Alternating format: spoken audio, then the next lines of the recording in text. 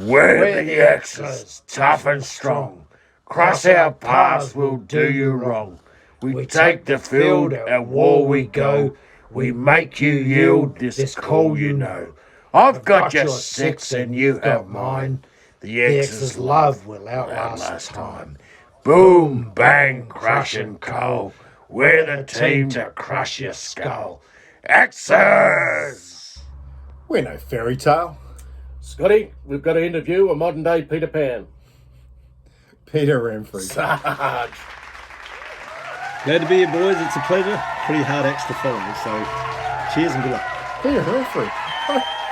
The man's here. Sarge is here. The How man's are you, here. man? I'm very good, thank you. Excellent. Well, we finally got the big man. Steve, let's talk about young Mary and Frank, your parents. Yes. You were born 1959. Yes, long time ago. Yes. You've done a lot in those years. Don't remember a hell of a lot of it, but Hey, let's bang straight in with the Cadbury competition that Maria went into, yes. and apparently you got some free flights. Yeah, we did. She was fortunate enough. She entered a competition. It was run by Cadbury. It was around Australia. Bill Peach Australia, who back in the day, the 80s, used to run tours, do tours of Australia and promote tourism the way, I guess, in a bit different way than what they do it now. But Maria entered the competition and was fortunate. They had 10 prizes for 4 people, and she was fortunate enough to win one. What towns did you end up going to? Oh, it was for 13 days, 12 nights and 13 days. Started in Sydney, so they flew us up to Sydney the day before, so that 6 o'clock in the morning we were up to be at Mascot and be photographed with Bill Peach and other winners. There are other winners on the same flight. We went from Sydney to Mount Isa, Longreach. From there we went up to Kakadu, Darwin, down the west coast, Broome, Kununurra, then to Broome, then to Mount Newman, across the middle of Australia, saw Ayers Rock and Alice Springs, stopped at Birdsville, and then ended up back in Sydney. Was it true that you might have got a bit of a captain's view up the front there? Did you get to fly maybe a Fokker? I did. It was actually a purpose-made Fokker with Bill Peach advertising all over it. It held 44 people plus a crew of 4, so a captain, a co-pilot, and 2 air hosties. And I was fortunate enough, once we left Kununurra, got the opportunity to go up the front there, and the captain went back and had fun with the passengers, and the co-pilot and myself sat up there for quite a while.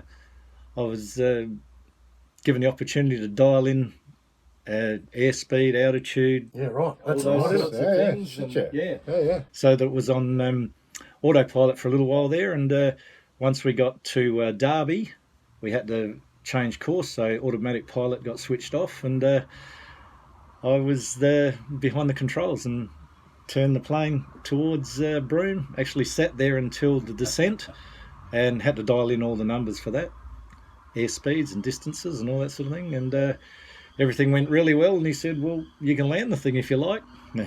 No way, man, I was back. I was like, see ya. Just quietly, I've driven with Pete. I wouldn't want to plane with Pete, I'm sorry. Hey, that's fantastic. Let's go to 1975-ish. You started your fitter and turner Apprenticeship, with Durden's. Durden Machinery, yes. What were you doing there? Were you welding and doing? No. It was the apprenticeship was as a fitter machinist, basically as a fitter and turner. Durden Machinery made quality woodworking machinery, and I was fortunate enough. It was one of the first jobs I applied for. Got the trade. Unfortunately, didn't go for a hell of a lot longer after that. With they went through a period there with there was mail strikes, air strikes, and all that sort of thing. I think they had to lay people off, and unfortunately got made redundant. Continued for a little while with Kelvinators for a couple of years. That's down at Woodville there? Down at Woodville North, yep. Yep. Yep. We were in the commercial department, not the Kelvinators known as fridges, freezers, air conditioners, but our department, there was 14 of us in the commercial department. We made beer temperites, which is pretty impressive. Fuel bowsers, pressure tanks, float balls for cisterns and things like that. Where'd you go after that? Did that merge to Simpsons, or did you go to Simpsons? Or? No, email took over, and unfortunately our department, our commercial department, was being relocated to Orange in New South Wales. Yeah. We had the choice of going if we wanted to. At the time, for me, wasn't the thing to do, so unfortunately that's what finished up. So 82, 83, you started to change more into the domestic scene, landscaping, concrete and all that. Yep. That was, let me find who that was with. Or you can tell us who that was with. yeah, started off shortly after finishing up with Kelvinators. I had a mate who was working. Same as Mazza. It's just Pete's daughter trying to get in contact. That's all it is. Yeah, checking up. Yeah. Sorry, mate. Yeah. I had a mate who was in the building game, and they were flat out at the time. He was doing the concrete side of things, so I got into labouring for a couple of months. Kept me physically fit. It was a good thing. Right time of the year was summer. Did that go for roughly a decade? Did it? How many years did you do that for? All up. If you start from the labouring side of it, I got into driving bobcats and trucks for a number of years. I did work for myself for a little while there, for about 18 months, but it was way too competitive, and I didn't have the heavy equipment to. I didn't own the heavy equipment. I had to hire it and that sort of thing. So competing with the big boys was pretty tough.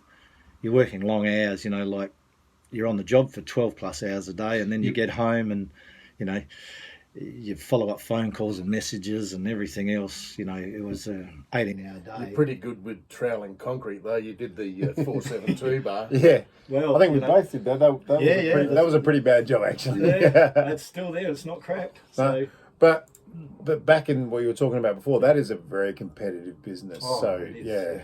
And Everybody's it's hard work. Yeah, It's it hard. You don't get a rest. But everybody's trying to cut prices. Everybody's trying to underwrite everybody else. So if you've got more overheads than the next man and he can chuck an extra couple $100 off a job, it's hard to compete. Well, those big boys that own their own equipment too, they didn't matter if they owned their equipment. Didn't matter if it sat idle, but if they had the opportunity to go in for the bigger jobs and they didn't have to hire it. They didn't have to. No. That's right. Yeah. They had the gear. It was on time. They could go direct to jobs. I had to rely on getting gear to sites and the hassles that go with that. Nothing ever rolls up on time, of course. So once that type of work started to wind up, you started into the transport industry. Yep. With might have been Roccasano's. Roccasano. Were they at Shepparton or?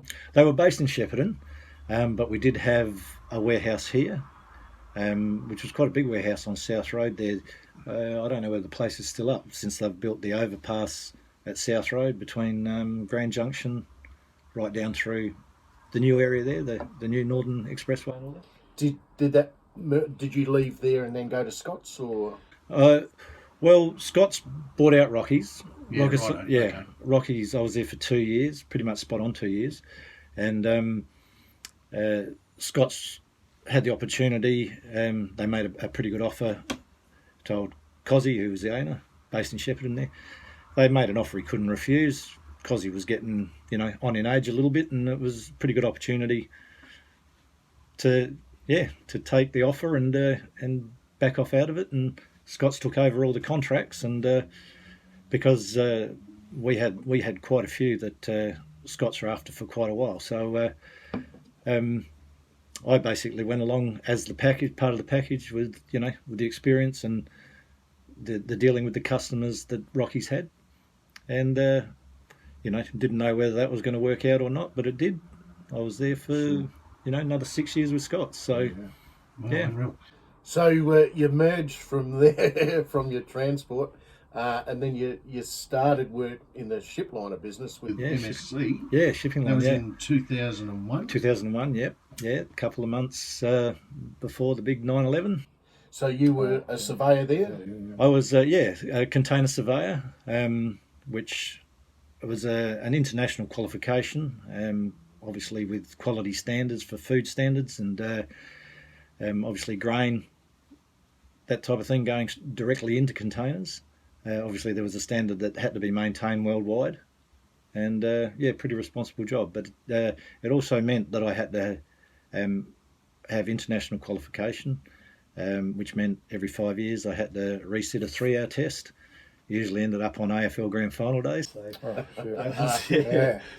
You did some big hours down there too, didn't you? You were working pretty long. Oh, they were long hours. I mean, it was salary. It wasn't an hourly job, and dealing with depots the way I was, they were repair depots, and obviously we had standards to keep, and you couldn't put all your eggs in one basket and rely on one depot. We had to spread the work out a little bit because once again the depots couldn't rely on one shipping line. They had 3 or 4 to look after, and if we couldn't get our work done in one, that was a big substantial part of your life, though, wasn't it? It was a good time. I reckon that's why I first met you when you were in the shipping game and all that sort of stuff, in the container game. Yeah, and you were doing some crazy hours back then. Oh, it was long hours, and mainly because about your 365 emails that you got every morning. Yeah, because I would pretty much, I would start on site, or quite often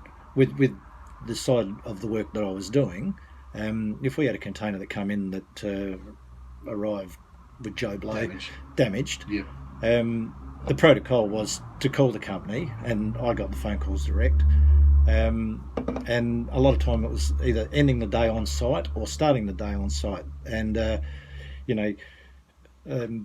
it was checking out the containers, make sure what the damage was, whether it was claimable against MSC.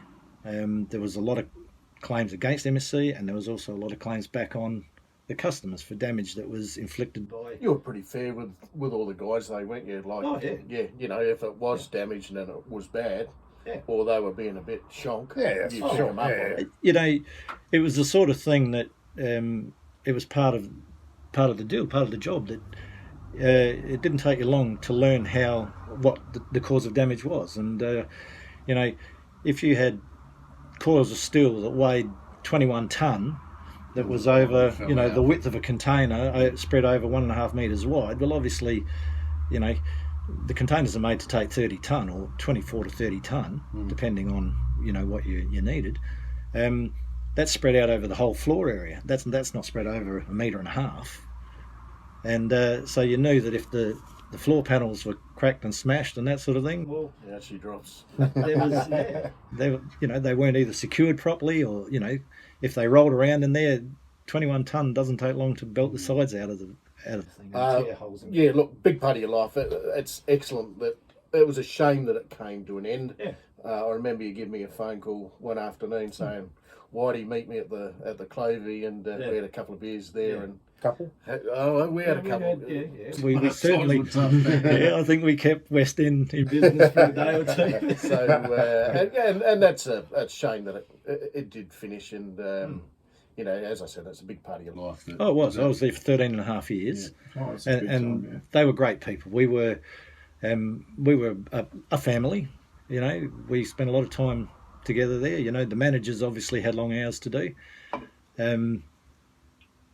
Most were 9 to 5 anyway, and my hours were 7:30 to 4, but it wasn't unusual to be there 12, 14 hours some days. But the work had to be done. Ships don't stop.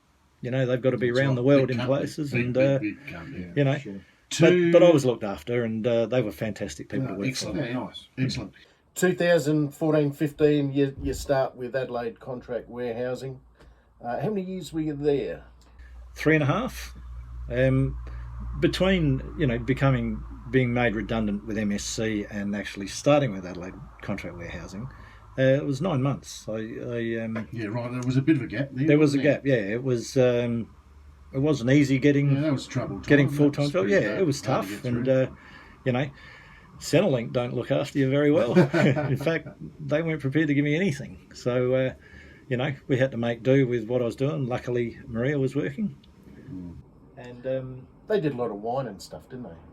who was that? Sorry. Adelaide Contract Warehousing. They Yeah, did yeah, a they- lot of wine. Probably half a dozen wine contractors, different ones, and they all did different purposes. You know, some did local restaurants, some did more bulk stuff. You know, sending bulk gear to bigger places. Like, you know, it wasn't unusual Melbourne Cup to get, you know, half a dozen pallets in a day of wine sent over for the Melbourne Cup and things like that. So it was pretty responsible. So here we are now. We're 2019, 2020. We're now currently with Reem. Reem Australia, Yeah, keeping Connery with his gas bottles. with his heaters and hot water services. Yeah. And once again, lucky that I've fallen into a very good company, obviously very reputable. And you seem very, very happy too. Yeah. oh Yeah. absolutely. Because you were pretty stressed, and then you've got this great job, and now you seem comfortable and excited again, and enjoying your work life. Yeah.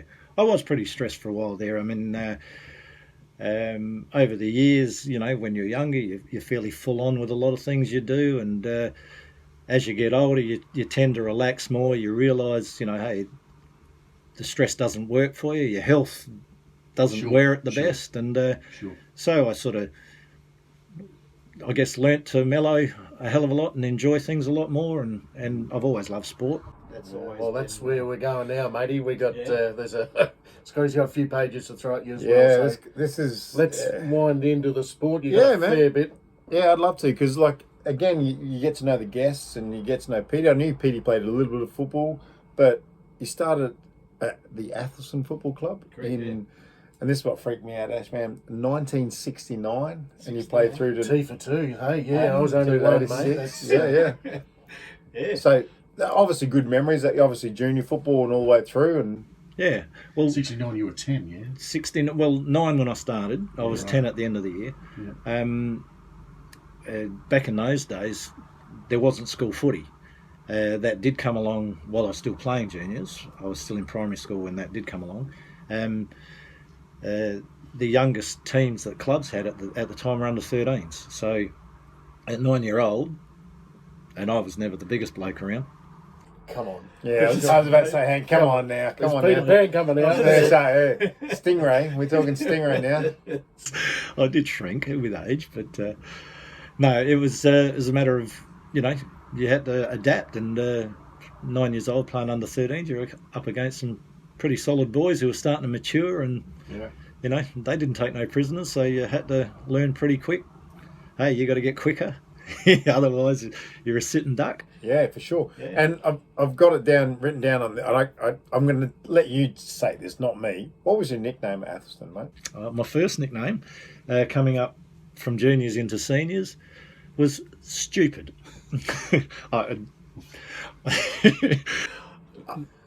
You have. Like, when I was told that, I'm like, can I bring that up? Who the fuck brought that up? How did you get that? Yeah, how'd you get that? There's obviously something's happened to get it. Yeah, I was, I guess a bit of a cheeky bugger coming up from the juniors into the seniors and that sort of thing. And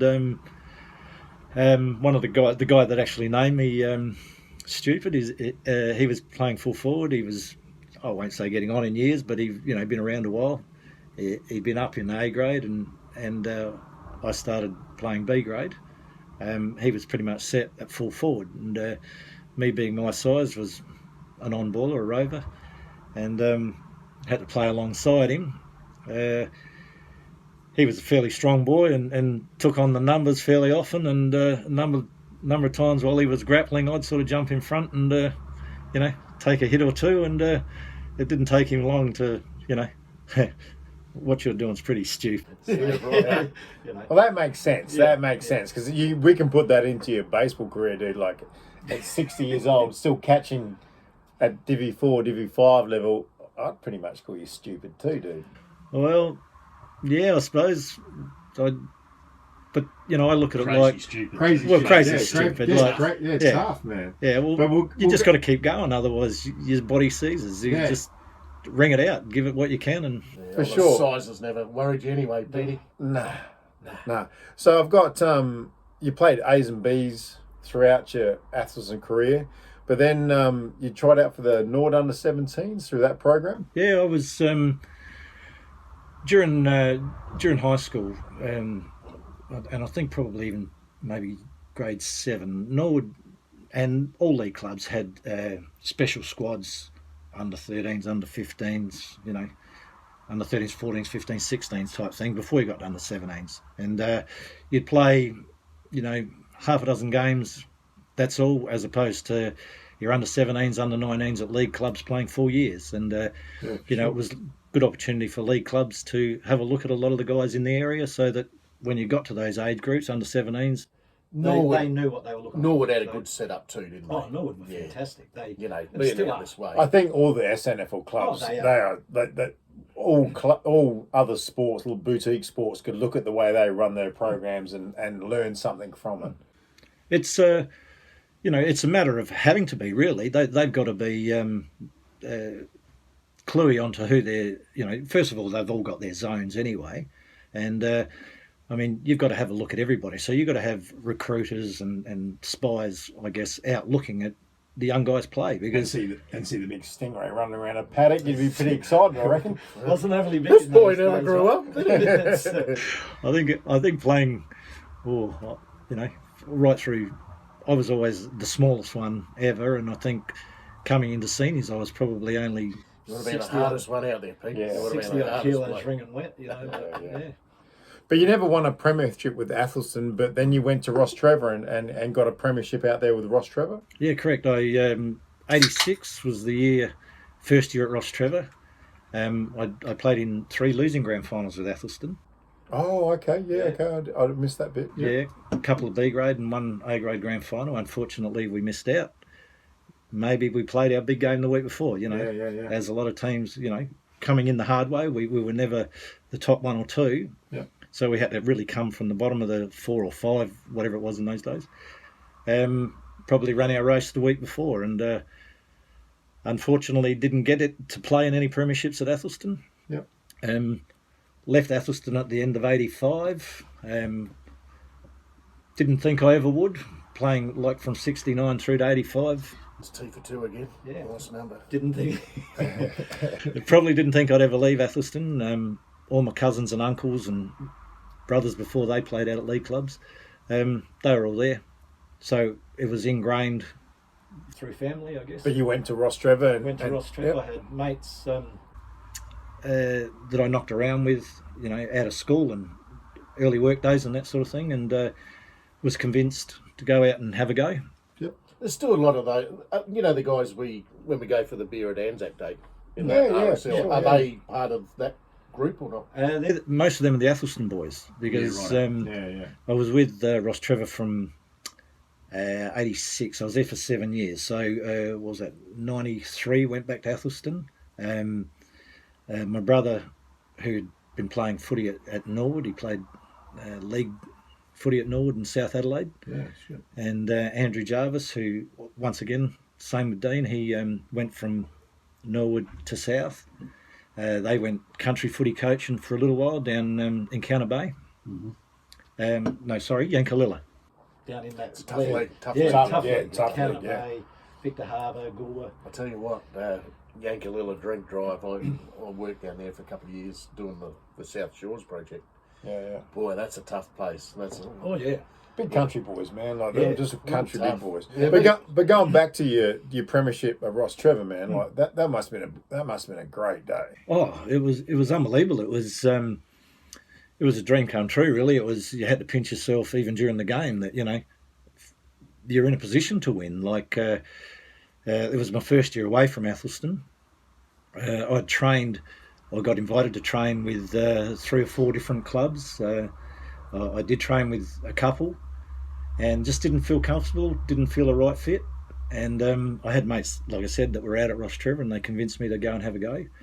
I knew a few of those other blokes over the years through footy and even back as far as primary school. And so I felt comfortable there. Was fortunate enough in the first year.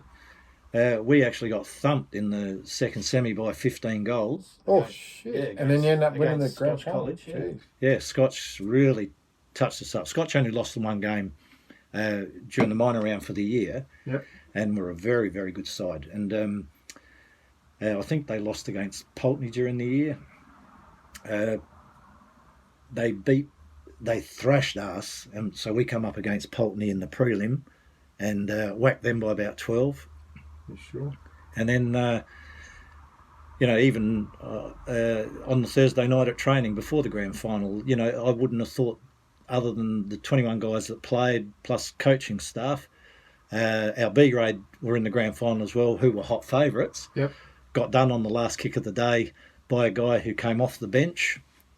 The ball dribbled out to him. He threw it on the boot and it bounced 15 times and dribbled over the line before it was touched, and Scotch got up in the B grade. So, we come on as underdogs. When we heard that, I think that probably got us up. Fired you up a little bit. Yeah, fired us up a little bit more. Not that we weren't fired up. I reckon there was only, 25, 30 people that probably realistically thought we could win that grand final. And on the day, But they're the best ones to win, man. Oh. They're the best ones to win. When you come in as a pure underdog, no one's going to believe in you. No. You're going to get spanked by another 15 goal, and you come out and snitch one. That's because I always think about this sort of stuff because I love my sport and all that sort of stuff. Can you imagine those guys from Scotch College? oh, They wouldn't even think about it. So we were supposed to beat these guys by 15 goal. They would be devastated. Yeah, they're top notch though, aren't they? Oh. Yeah. Yeah. But you guys have got the little trophies. and medallions. and they come back with a wet sail too. Like we were 4 or 5 up at 3/4 time in what wasn't an overly high scoring game. Yeah. And they were coming back at us. And actually, I think what really did stop their momentum was pretty much an all-in fight Oh, I love those in stories. in the There could last be some quarter. fight stories Yeah. coming, I reckon. In the last quarter, there was an all-in fight by one of their gun players. Where were you, Renfrey? Were you in there? It was Were you in there, Renfrey? Come on. Were you in there? I was in there, and it was actually. Is that was that one of the 7 times the old honker's been broken? No, that was one of the. No, I didn't get touch that one. I did throw one that probably in this day and age might have got me 6 games. I love it. I love it. And it did connect. Yeah, nice. And Nice. that was part of the all in, and that took away their momentum. And they actually were the ones that started it. Yeah. I guess to try and upset us a little bit more, but But it ended up backfiring on them. Get the It flag. stopped their momentum for long enough, and they came back again towards the end. But Yeah. fortunate enough to in the hold bank. on. And got the flag. Good. And that's amazing. Good. So that takes you out of your football. So you play a bit of golf. That I don't want to talk about that because that bores the shit out of me. And He wins everything in golf. that's what I'm saying. Like the trophy cabinet at home would be huge. But let's get on. His only handicap is his height. That's That's all it is. right. That's right. No, you haven't seen me. Trees are my handicap. Yeah. So let's get into the baseball, man. So where did you start your baseball career, Pete?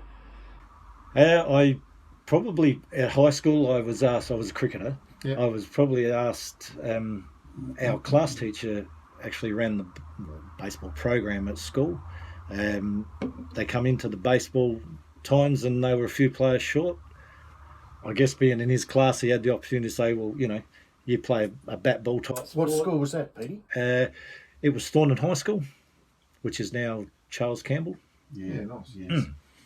But I got asked to, do you want to help us out and fill in? And I think we only played probably half a dozen games, and most of them were fairly local. I think Strathmont, when Strathmont High School was still going, they were one of the sides, which was fairly close. Norwood. But so you started at your high school level. Started What high school. club level did you start at? My lad Christopher was playing juniors at Golden Grove. Yep. He'd been through the T-ball program with the schools and was fortunate enough. Bob Neeswander invited him out to have a go with the Dodgers. He was playing under 14s, and at the end of his first season, at their junior presentation day, Bob came up to, I think, you're sitting in your groups with your teams, and Bob came up and said, look, we've got a winter ball program here that is very sociable. Yeah. He asked, there was 3 of us dads that were sitting there. Brady Smith's dad was one. Yep. Yeah. And he asked, can we ask you a favour? Can you guys get a winter ball team together with your lads for the kids that are not playing club footy? A lot of the kids played school footy but didn't play club footy. My lad was one of those. Yeah. He played school footy but not club. And it was like, can you guys get a team together just to keep these guys active over the winter? And, that had been 20-something years probably that I hadn't played. Glenn, Brady's dad, he was an indoor cricketer. So, we had hand-eye bat-ball coordination type thing, but the kids were kids, and there was some pretty good sides out there, and there was a few sides that didn't mind spanking us, 28, 30 to zip. Nice. Yeah. And then, I think the first year we won 1 game. The second year, I think we only drew 1 game. And the third year, I think we maybe won 2 games. Well, after that, it all come back. Yeah, well, the kids started getting a bit older and stronger. Yeah, and we started to turn it around, and the kids carried the dads after that, and we actually got a couple of premierships. But when was your first senior game of baseball, like with the Dodgers? Obviously Golden Grove. I played probably 4 or 5 years of winter, and as you know, with winter ball, it's very sociable. We all help each other out. If if your team hasn't got enough numbers, you ask the other guys who had played just before you. Do you want to fill in? And that's all more than acceptable. It's good fun, and by doing that, Roger Prime. Oh, hang on a second. Yeah. First time on the podcast we've spoken about Mr. Roger Prime. That's going to be a whole podcast one day. Rog, I know you joined the Expendables, mate, so I'll back you anyway. But yeah, Rog. I don't like you, Rog. Yes, he does. He loves him. But Rog sort of said, I'd filled in with them for a number of games. And they were playing Div 5, weren't they, at that stage? The time? Yeah, they were playing Divi 5s. And most of their Divi 5 side were the Raiders in winter ball. That's right. You had some good cattle in there too. Yeah, very good. Yeah. And I love team sport, and whichever team I play in, That was a very settled team at the club. It was probably the most settled at the time. All right, outside of Divi 1, the Divi 1s were starting to climb the ladder a bit, and had some very good players. But Rog, with the help of Aaron and Louise. Beautiful people. Yeah, amazing. I met them as I came in through my first years. Amazing people. But you know what year your first year was, Peter? I reckon this is my 11th year, so that would have been 10 years ago, 2010. Oh, okay, yeah, nice. So, yep. The ripe old age of 50, I started playing baseball. So I was serious baseball. Yeah, but I was exactly the same. Like, I was 47 when I first. No, not 47. Yeah, whatever age I was, old man coming and trying to play baseball, and it's amazing. But I've got some things in here with Div 5 final, Pete.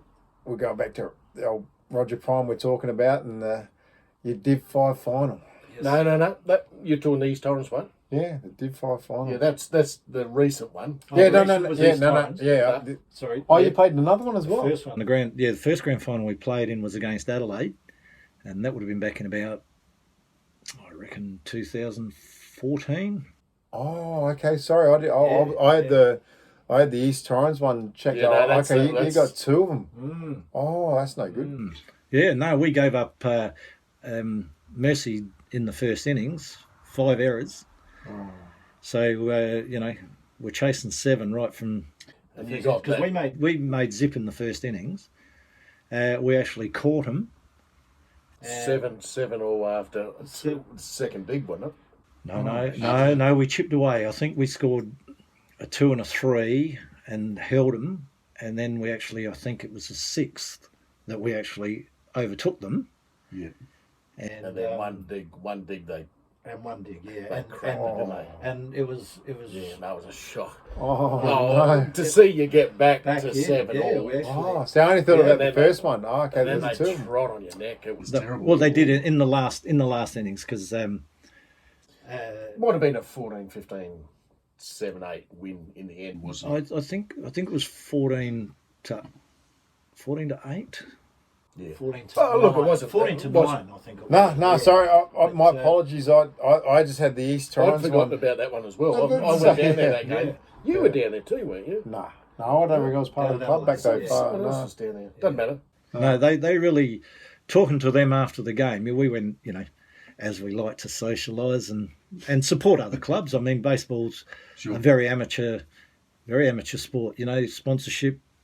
Yeah, We it's, really appreciate our it's a sponsorship. boutique sport. Yeah. Yeah. And, clubs rely on the money they make in their canteens and bars, really. And, we've always adopted the attitude, and every team I've been in, like, go in, if you can, go in and have a beer or two, or if you're a soft Always drinker, push the envelope to get home, don't we? yeah, well, that's right. Yeah, yeah. And, you'd hope other clubs would do the same and support us, as a return. But, we've always done that since I can remember anyway, and there wouldn't be too many games we haven't Well, done that. the other one was the recent one. Yeah, that's the one I knew about, the East Torrens. 17-18 with Rogers. That one we were up Yeah.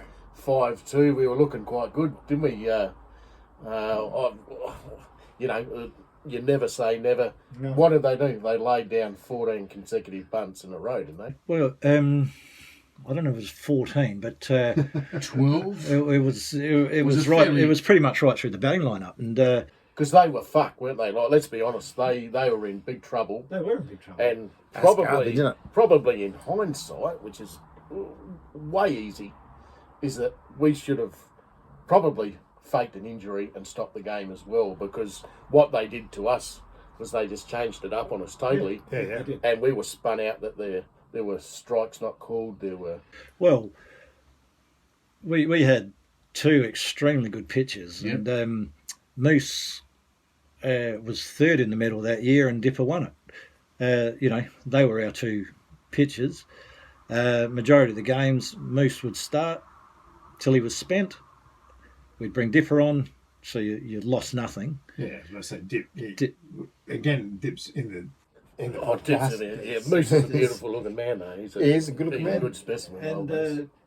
he's a young breather. lad. He's a Good young breather. lad too. He's actually 3 months younger He's a than good me breather. and still playing. So between he and I, we kept the average age up for the fives. yeah. He always holds his head high on the roof, mate. He's always Yeah, about 16 metres off the He's floor. a tall man to start with, so Yeah. he's way up there. I'm surprised he can breathe that high. The air would be pretty thin. But no, we, Moose was pretty much spent, and Dipper came on and pitched one really good innings, held him 3 up, 3 down, I think. And then the next innings, for whatever reason, he was called 12 balls in a row. That's right. And And I would say probably most of them were nearly bunts as well. I was catching, and most of them were bunts, and they were pulling out of bunts, and for whatever reason, But they were in strife. they were in big strife. they threw their Yeah, bloody yeah. ace out. oh, they did. And They- never mind. Let's move on from that Yeah, one. yeah. All right, so I'm going to go to a famous story with the three of us, and we can bring in Joel Perks into the story a bit later. But it was the famous story where me and Ashman playing sixes. You were up with Roger in the fives. You guys were struggling a bit for numbers. We had to travel down to Adelaide. No. Goodwood. Goodwood Was it? Yeah, Goodwood. Yep. So we travelled down to Goodwood, and the famous game where it was the worst umpiring I'd ever seen. The Roger Prime incident. Roger, yeah. good Yeah. coverage tonight, mate. Yeah, it was the worst umpiring I'd ever seen at a baseball game. Roger actually turned out to step out of it. They threw a strike. The club umpire called him a third strike and out, and it was the worst. It was the worst umpiring. But we're not gonna go too far. We're not gonna go He that was much. deemed un-Australian. The Un-Australian. But then three of us had to jump in the car, drive all the way down to south to play in the Southern sixes, Districts, and yes. got Absolutely. Have it. I don't know. Red ass, mate. Oh, Red ass. Lord, that was probably the worst game of it. So we had the worst umpire. Then we just got, I think it was 15-1. We just got pants. Yep. As you said before, we had to go into the clubhouse and have a few bevies on the. And then And we were pretty knackered by that stage. Don't forget, we're talking summer. we've done a lot You of know, driving. it's a too. lot of driving. But I'll let you take the famous story on the way home. Get mate. us home, Pete. Get us home. Okay, yeah, well, I was the responsible driver. So Responsible driver. Very responsible driver. He had his get out of jail free card on the dashboard. I know. And being the last game of the year, and we were probably over it. You know, we missed out on finals in both grades. Long year. Yes, long year. It was a hot day. The first beer just washed the sweat away. That's washed the dust down and the sweat. And so we relaxed, and you guys probably had a few more than I did. And Because we had a stowaway, and I can't remember how he got in the car, but we always had. Had the old Joel Joel Perks. Kirksey, yeah, the postie. I don't know how he ends up. I don't know how he ends up coming home with us, but he came home with us. Champ. The champ. Mystery man. Maybe he rode his postie bike up there and forgot it. Good Who knows? But we enjoyed one or two. I enjoyed one or two.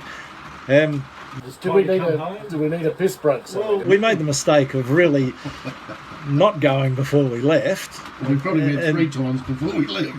Well, probably, yeah.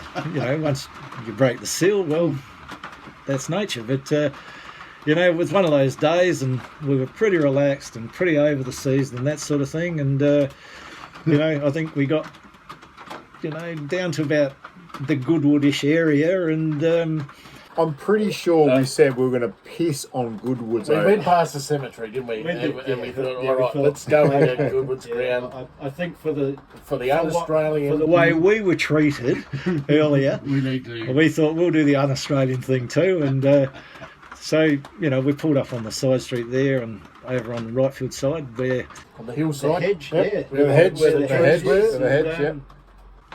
we thought, well, We were we'll give a little bit back here. We were necking. We were so we pulled up and we jumped out of the car, and we all thought, well, this is the perfect place to 4 of us. first pit stop. Well, there were 4 snags dropped out, wasn't there? Absolutely, there But were. we And, didn't quite get there.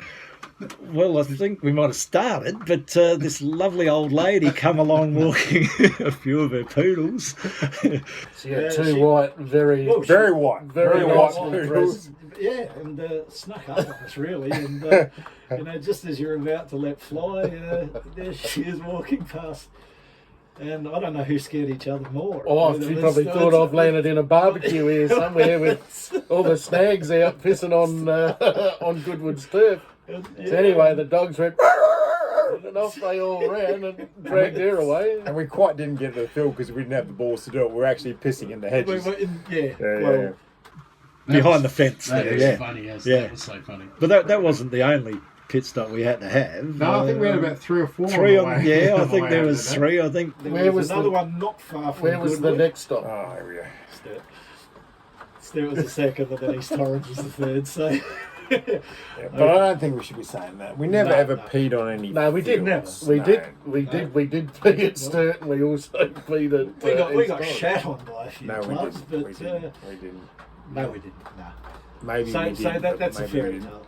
But it was good. It was good. So now We ended up. We got all the way back to the club, didn't we? Yeah, we got back to the club. no, we went. The funniest thing was, we pulled into a car park where you used to kiss and neck your girlfriends because we were that desperate for a piss. When I was very And you young. just pulled it. Yeah, yeah. We pulled in there and Had another piss. and had another pair, and Pete starts telling romantic stories of necking girls in the car in your younger days before your lovely wife and all that sort of stuff. Absolutely, But yeah, that was a weird and long day. All right. All right, so we all still remember it. I only remember bits of it. That was the fucking funniest thing I've ever been involved in. Lucky I was sober. I just Yeah, got sober, and if any police are listeing, Pete, sober. off the poodle lady. That was Yeah, the Peter lady, I can actually still remember her face, which is scary. But now I'm going to turn around and go straight to the X's, Yes. because the X's are a big part of us and Very proud. and all the rest of it. And you've got some stuff you want to run through with the You don't want to run through the incident at third base? I think I'll let you bleed in your story, and then I'll tell how I met you two wonderful men. That was actually pre-X's. Yes, but that's how. All right, I'll tell my story first. All right, so I just started playing winter ball. I think it was my second season of winter ball. Yes. And I was playing with Paul Oliver and a few other people. We get to baseball, which was a pretty slow, quiet game. We're standing on the third baseline, getting ready. You guys are playing for the Bears? Yes, sir. The Yes, Bears? You're playing for the Bears? We had Yorston that day. Yeah, the Bears. So I'm standing there, seeing Ashman and Pete about, but didn't actually know you guys. So I'm warming up as you do at a baseball game. And there was an incident between Jake Williams and the second baseman. Fight starts in the middle of the ground. Bench is clear. There was a big strapping young man from Gawler running out. Rick Leonard tackles Petey because Petey got... Actually, he ran past me and tackled Jake because what had happened at the end, the game was called. The game was called off because one of their more senior... Yeah, but let's go to the fight first before we go to the gate. So That brings you into the fight, though. Yeah, Brings yeah. you into the fight. The game was actually called He off. was agitated. He was agitated. up. He didn't Was Oz agree. catching? Yeah, Yours- Ashman was catching. And I'd said to him, fucking ease up, man. Don't bring work here. Yeah. And he was agitated and he was... Yeah. And he started that whole goddamn Thing. Well, the umpire, he let the first pitch go and it was gun barrel straight. He didn't like it and was swearing and carrying on. Ranting. He was going stupid. Undisciplined. Very And the umpire basically said to him, look, hang on, mate. This is a social competition. We've got a lot of young fellas around the place and not necessary. Well, this fella's let the next pitch go. And once again, from outside, it was a ripper of a curveball. Stewie was a lefty, so he brought these things from way out wide and it come back straight over the middle of the plate. Oh, no, the guy batting... Oh, it was high and wide and outside, and it was this, that, and everything else, and the swearing all started again. He was ropeable. He By was, this he was- stage, he he was was shaking, man. yeah. And once again, the umpire sort of said one more word, and this game's called. Yeah. Fortunately, we were up at that stage anyway. So Jakey's on second. No, we were actually fielding. Yeah. Jakey was shortstop. Sure. Yeah, Sure. because I remember the fight where Jakey was on second, and the other bloke, they got into it. Yeah. No, Jakey was fielding at shortstop. They had a guy on second when the third strike was called, and once again, gun barrel straight. Yeah. The batter has gone off his dial, and so the umpire called the game, time and game, that's it. This is ridiculous. I've given you 3 warnings. What more do you want? Yeah.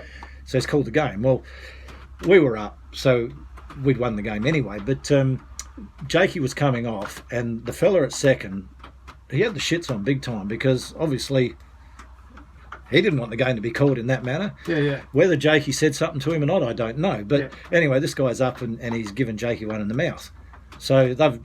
Being young They kids, squared off. They squared off. and Yeah. threw a few each. Because I remember sitting there going, "Hey, I've come from American football. Yeah. This is great. This is great sport." It flashed up real quick. Yeah. And so that was sort of broken up. And then, you've all gone back to your dugouts and the game's finished. Well, it continued over on the third baseline. And we were in the visitors' dugout. And young Rick ran past me. And I sort of noticed as he was running past that he was beelining Jake. He tackled him. He did. He tackled Jake, and because I sort of had a funny hunch that this wasn't going to be good when he ran past me, and because I saw him beeline Jake, so I basically followed him in, tackled him on top of Jake to get him off of Jake, so that it didn't get, ugly. Yeah. Because Jake was already occupied with the other young fella, and so it caused, from there. Yeah, that's a right. bit of an all in. That's right. I come in because I'm standing on the sideline and I didn't know you that well at the time, but you were on top of the big fella somehow, and then another guy came running in on Like top. it flashed up real quick, though. Yeah. It did. And he's about to, and that's where I've left the bench and I've just pushed him over and turned around and said, "Nah, you don't hit someone from behind, champ." And Yeah, that's what we It got was to. pretty. And It then we was had a pretty ugly. few beers afterwards. But yeah, he was ready to hang it. In hindsight, I probably should at least let him get one in. But yeah, it flew up, and that's where I met you guys. The funny part about it was that guy was a cop. He's come in from behind, and he was. I know a number of people have told me, well, you know, particularly at the time, that you're lucky you didn't wear a haymaker. Yeah, well, that's why I came from. And apparently it was Scotty that took him off, and hey, look, you know, it was really because I was weird. on the ground. I wasn't in much of a position to defend myself. No, you were there, and that's why I came flying off the bench thinking this is not good. Gave him a bit of a shove and went, "All right, you want to go?" And he backed off and found out later that he might. It's like a scene from Jaws, seeing the kid get chewed by the shark on the little surfboard, mate. Yeah. So you got some stuff leading in the action. So hence that started the love affair with Scotty. It's been a big love affair. It's been a big love affair. Just in closing on that whole incident, that was probably one of the last times I played with Stu too. You know, like the catching. Stu Wilson, yeah. And that was. He was a freak, dude. He was a freak. He was freak. an absolute. He was a freak. That was such a hell of a nice bloke to go with it. You know, that's freak. Yeah, Absolute freak. yeah. Yeah, good times. 'Cause I lost going into finals games where I was playing against other teams, and Wilson pitched against us. And that's where I started getting into the bar 427 and all that sort of stuff. But yeah, I lost. even in that grand final, and the kid was up, and there were two out. This was the sort of guy that Stewie walked him, man. He just threw the ball aside. He wasn't going to win off it. With two out and the game on the line. It was level at that stage, and there was only one innings to go. And The bloke was an absolute legend. he was not going to strike the kid out to win a game. So he basically walked the kid, let the kid get on base, and the poor bugger coming behind him, he got punished. Yeah, that's right. The guy, I faced him. I faced him back in the day, and I don't reckon I got a hit off him, dude. He was a gun. I got 2 hits off him in East Torrens, mate. No, he wasn't that good. Bullshit. Hey, let's quickly just touch on the Expendables. Yeah. 2014, we finished with the Bears. Yes.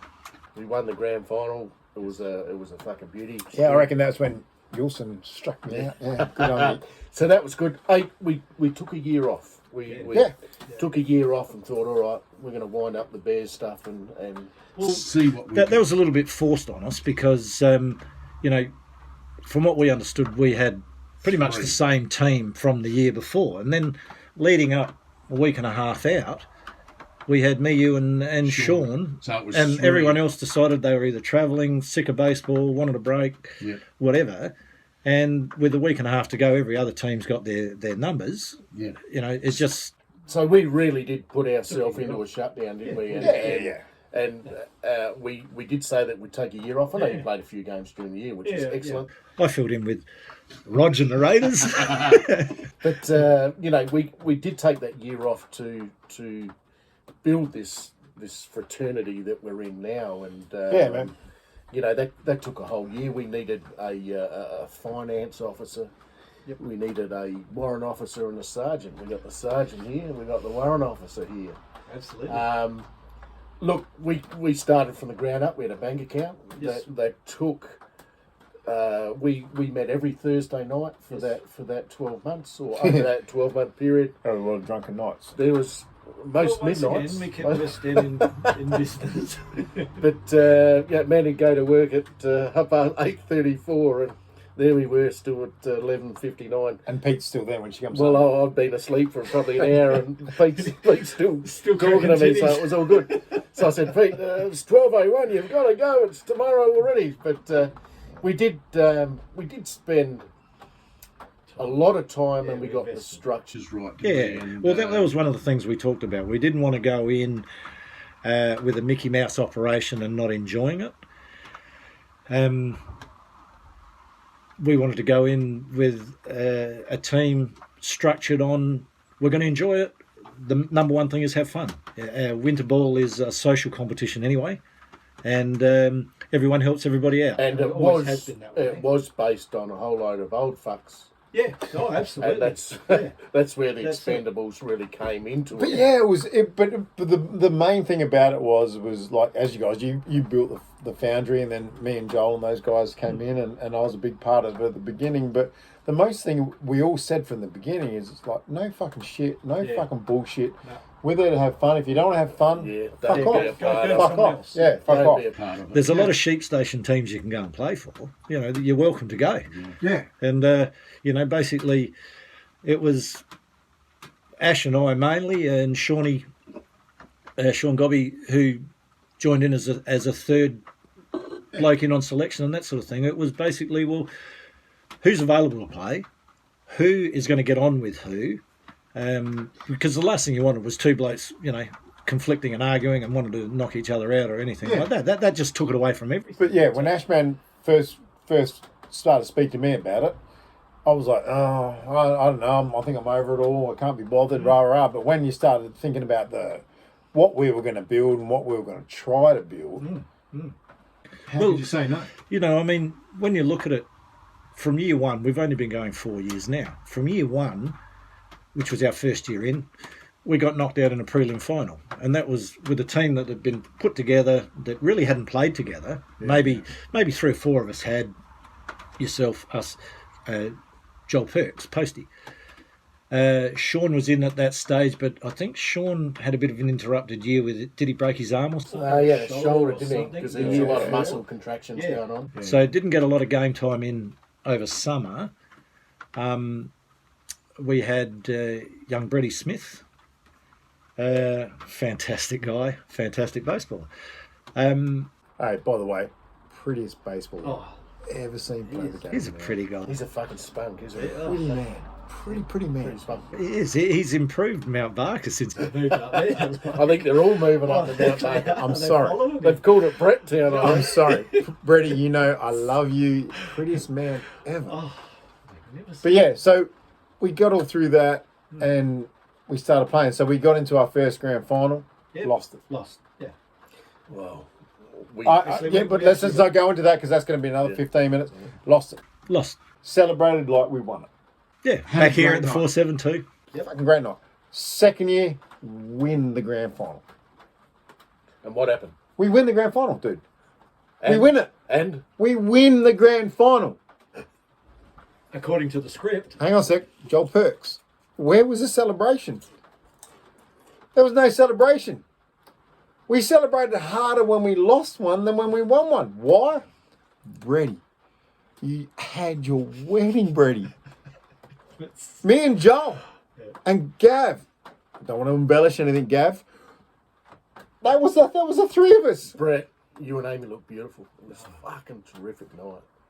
Expendables need to win a grand final when everybody's here at the bar 427. We can appreciate Under it, my surely. coat, I did have the Expendables top on still from the game. No shower, straight on. It went with us. Won one, lost one. Best celebration when we lost one because we're all here. A beautiful wedding. It was a fucking beauty. Beautiful people. Hey, Fantastic. we're gonna look. We're, We're up gonna to fit- nearly an hour. We're gonna have to. We're going to do the final 5. Crack into The final 5. Scotty's favourite. This is going to take another hour. But final 5, Petey, best sporting moment. Best sporting moment. Sport's a team sport. I did have one highlight myself. Basketball grand Basketball, final. yes. Basketball grand final, yes. How much time left on the clock, Pete, in that one? Well, they scored and hit the front with about 10 seconds to go. You give it to us now, mate. You give it to us. I was obviously a point guard, not a shooter. I brought the ball down, passed off. They double teamed on our shooter, who flicked it out back to me, and those were the days there was no 3-point key or anything like that. The last thing I wanted to do was shoot, but it came down to basically everyone screaming, shoot the bloody thing, we're going to run out of time. And just put the shot up from outside what would be your normal foul key, and hit the thing all net. Renfrey from 28 feet. with Nothing but with about 1 second to go, was fortunate enough That was to your 15 minutes of hit fame. the big 15 seconds. Mate. Didn't have 15 minutes, you had 15 seconds. Oh, not it, yeah. All right, most embarrassing sporting moment, Pete. Most embarrassing. Oh, it was probably and probably a time if I could take it back, so we can probably combine this as well. So he's rehearsed it. He's rehearsed it. People are starting to rehearse this stuff. I'm on to you guys. It was probably playing under 17s at Norwood.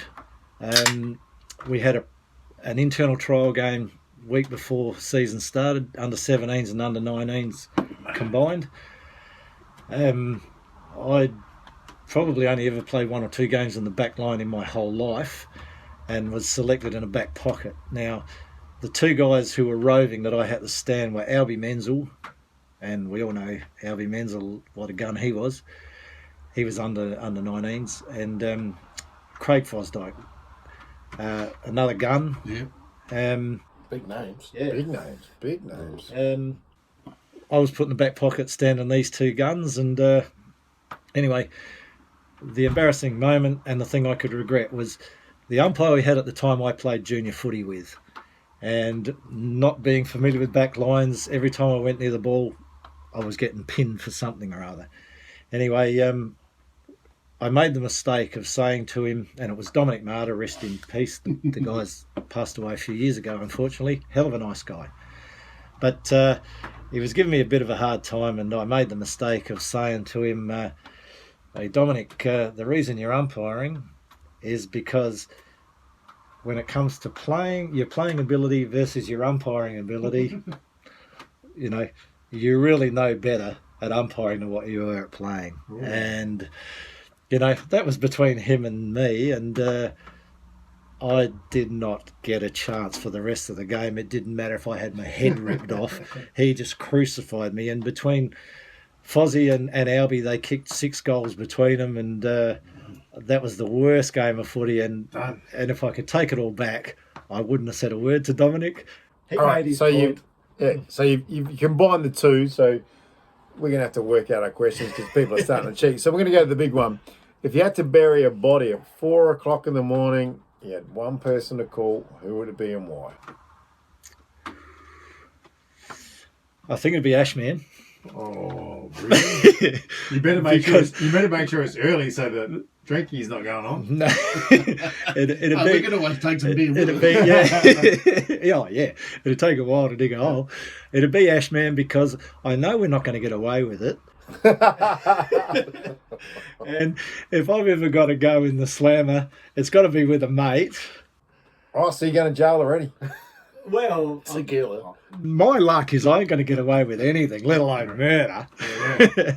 So I think I'd want to be in there with a mate who's got me back. The only reason he's taking Ashman is because when they go to the jail, you get to shower with each other and have fun. Oh, don't forget too, when the Vegemite comes out, they'll get knocked the fuck out. All right, last one, 3 feet, mate. Last quick one. The best dodge you've ever played with. Best. You only get one? Dip. Oh, yeah, I know. Dip. I know. Yeah. He is that good. The guy, ability-wise, he's a shit of a bloke. Yeah. We're actually starting to hear this. He's a great player, but he might have been a shit of a bloke. I don't know if I've said before, but his mum and dad have the best smelling gardens. Oh, amazing. Fantastic. Fantastic. And actually, that's what snuck the vote in, because they are such fantastic people. Oh, yes, Dip is an arsehole of a bloke. Absolutely. Actually met him at the shops the other night. Fantastic people. Great people. All right, Petey, thank you very much. My pleasure. My pleasure. Gentlemen, thank you very much. Cheers. All right, Petey. Petey, great interview. And, obviously, we've been waiting for a while, and we knew it was going to be a big interview. But as of next week, we've got the Don. The Don, Mr. Steve Connery, coming into the interview. So that's going to be another long interview. Also, Mr. Trembath, hey, great suggestions on the website. Scotty's mailbag. We might trick it around, but hey, love all your feedback, love all your stuff. Petey, thank you very much, and See you next week. Gentlemen, you do a fantastic job. Pretty hard to compete with the last couple of guys, and keep it up, because it is a lot of fun, and you, like I said, you do a fantastic job. A lot of good people out there that listen too. So, cheers. Thank you very much. Good on you, mate. Thanks, mate. Take care. Thanks, mate. Scotty. Cheers, mate. Hey, see you all next week, and hey, stay safe. Yep, cheers.